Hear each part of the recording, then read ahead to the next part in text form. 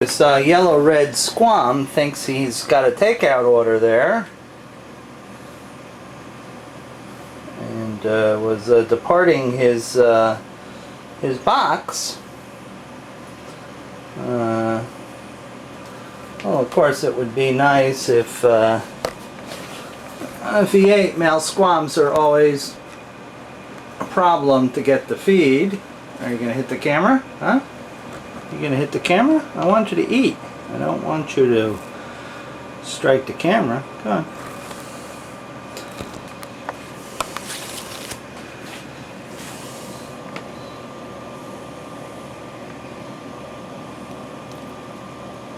There. Thank you.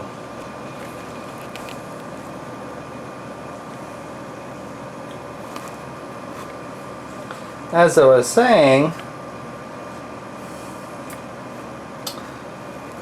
male squams are always problematic when you're trying to get them to feed, because they would rather be aggressive than feed, and the only thing they're geared for is reproduction, and they pick up whatever food they possibly can along the way. And if that fits with their schedule, that's perfectly okay. Other than that, it's a luxury. But this guy seems to be doing quite well.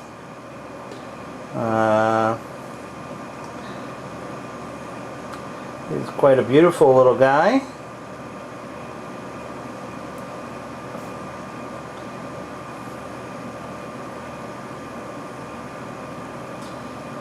And hopefully he'll be around to breed with some of my females next year. You never can tell. Some snakes just seem to be programmed to die. No matter what you do, especially neonates, no matter what you do, you feed them, you water them, you know they don't have any parasites after they're just born, and still some just never progress and end up in the frozen zoo there. Well, you know, I don't like them to end up there, but you know, if they do, I donate a lot of the inhabitants of the frozen zoo to researchers and universities with teaching collections of animals, or you know, if they want to do DNA work or something. I send the bodies along for scientific work, so all is not lost. But of course everybody likes to keep everybody alive, except the keeper, which they like to try to kill. So now that you got that down your hatch, bud, it's time to go back in your little hut here and hang out. What do you say to that, huh?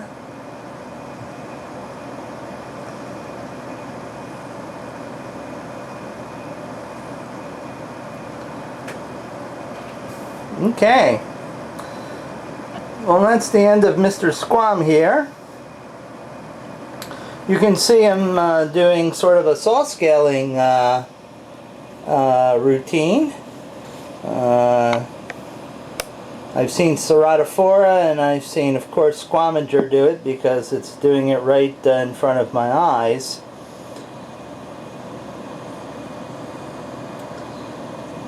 That way, with a full mouth, they can make some noise.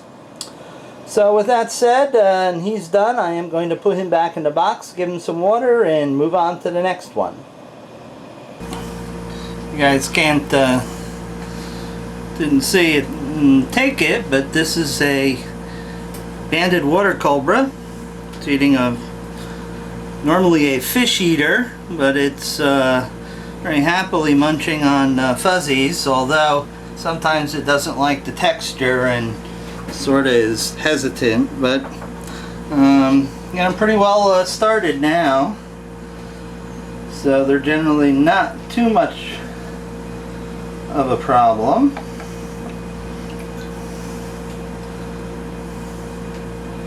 I've got 2 pairs. These are the results of my friend Kurt's passion for cobras. He was the best cobra breeder that I think most of us in the private field have ever known. He tragically is no longer with us, but his animals that he bred will live on. So it's a lasting legacy for Kurt.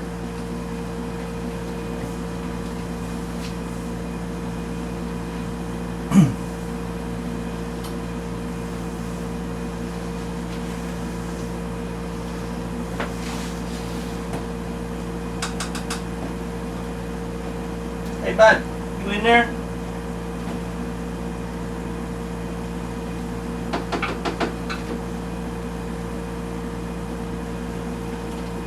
Where are you? Where are you? Come on. Come on.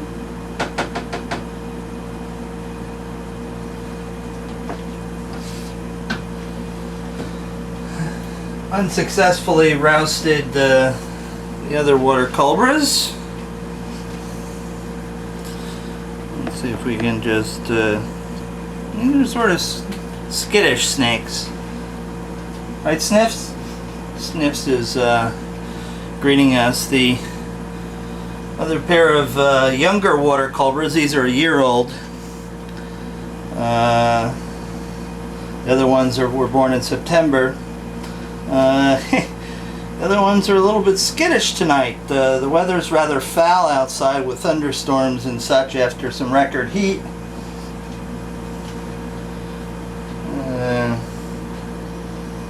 38, 39 degrees out. That's close to 98, 99 degrees Fahrenheit for you non-metric types.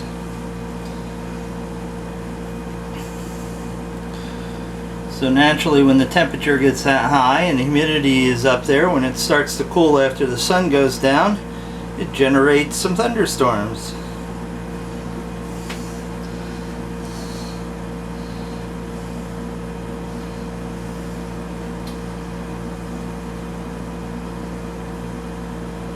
How's that? You want to try it for another? I guess that's the answer. There you go.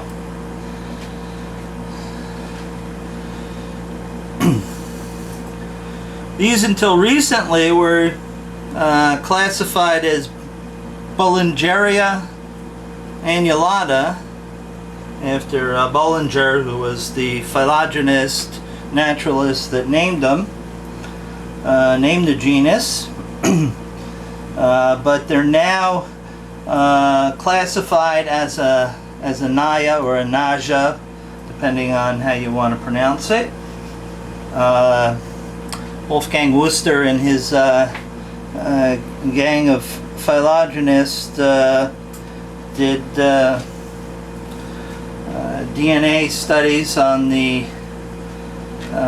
cobras of Africa, and found that the DNA of this and a few other species, the very rarely seen in captivity, Paranaja,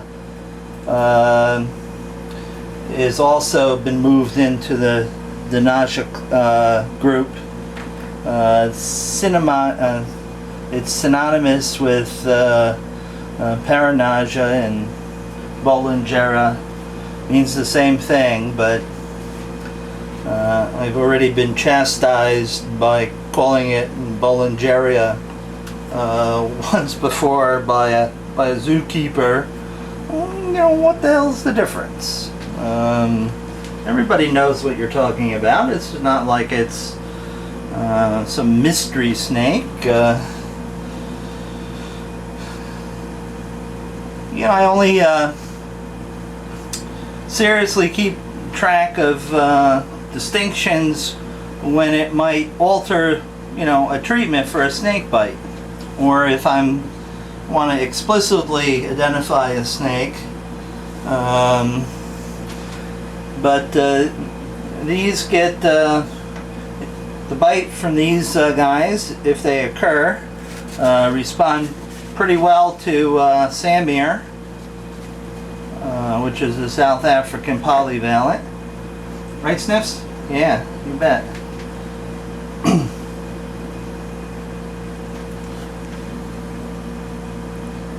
You're really having some difficulties there, bud. As a matter of fact, you put it in reverse.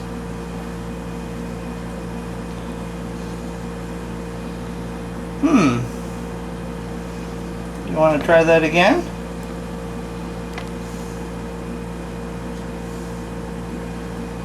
Certainly. Uh-oh.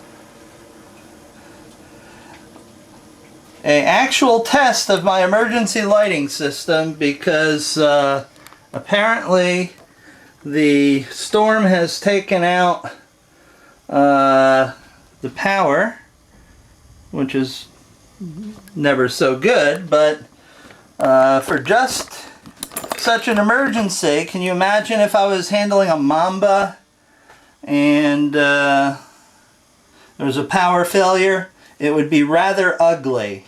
This at least allows me the possibility to recover from that disaster. Want to try this one again, or you want to try for a smaller one?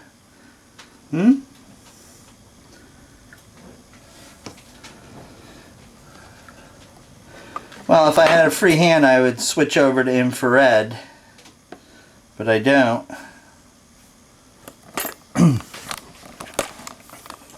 Let's see.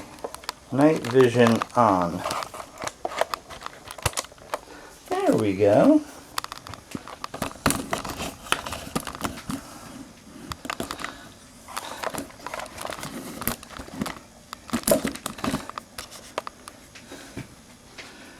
There you go. You want to try that again, huh?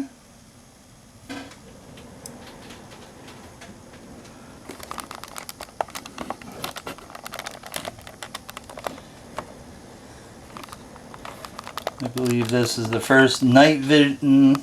Maybe not. I think I've shot, maybe the Manxinensis in infrared.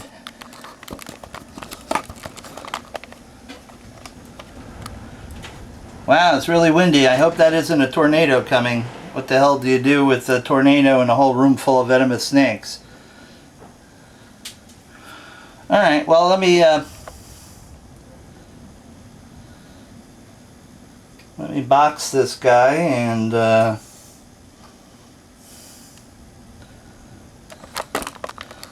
put the lid on.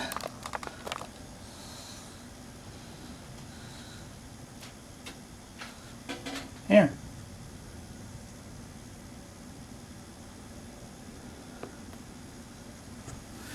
Or do you want to try a fresh one?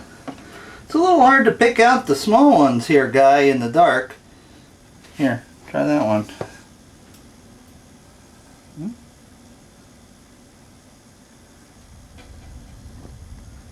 I can hear the thunder rumbling. Huh? No? Okay. You got one in your gullet, that's good enough. Here, have some water.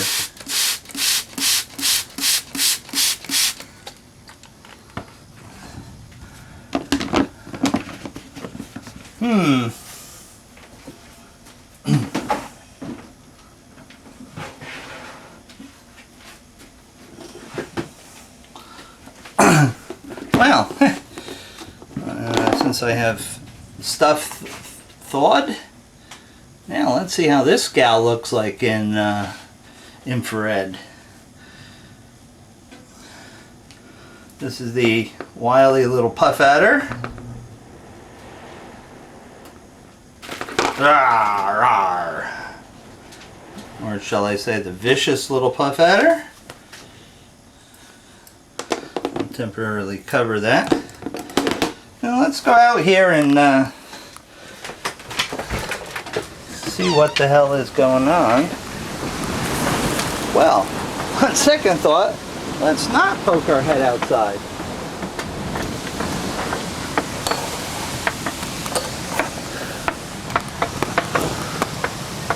Oh, those are nasty clouds. Well, let's see if we can see our local tornadic activity. Well, that certainly could be. There we go, we're back in normal. Them there clouds are not the friendly kind.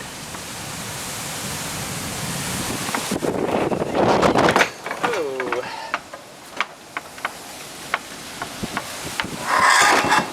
Alright, be that way.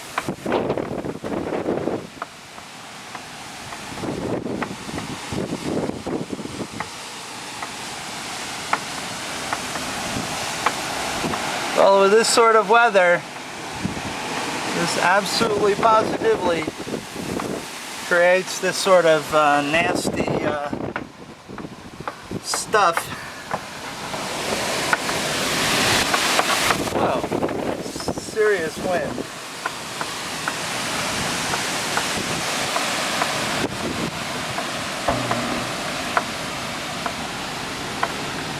I thought I might have heard a transformer go nearby.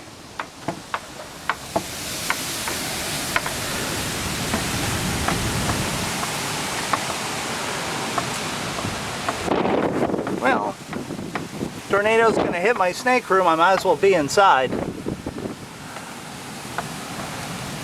Wow, that's seriously ugly. It's not green yet. One time when I was a child, I saw a green sky, and boy did we have a storm. This is pretty evil. Alright, I better lock up and go down to the main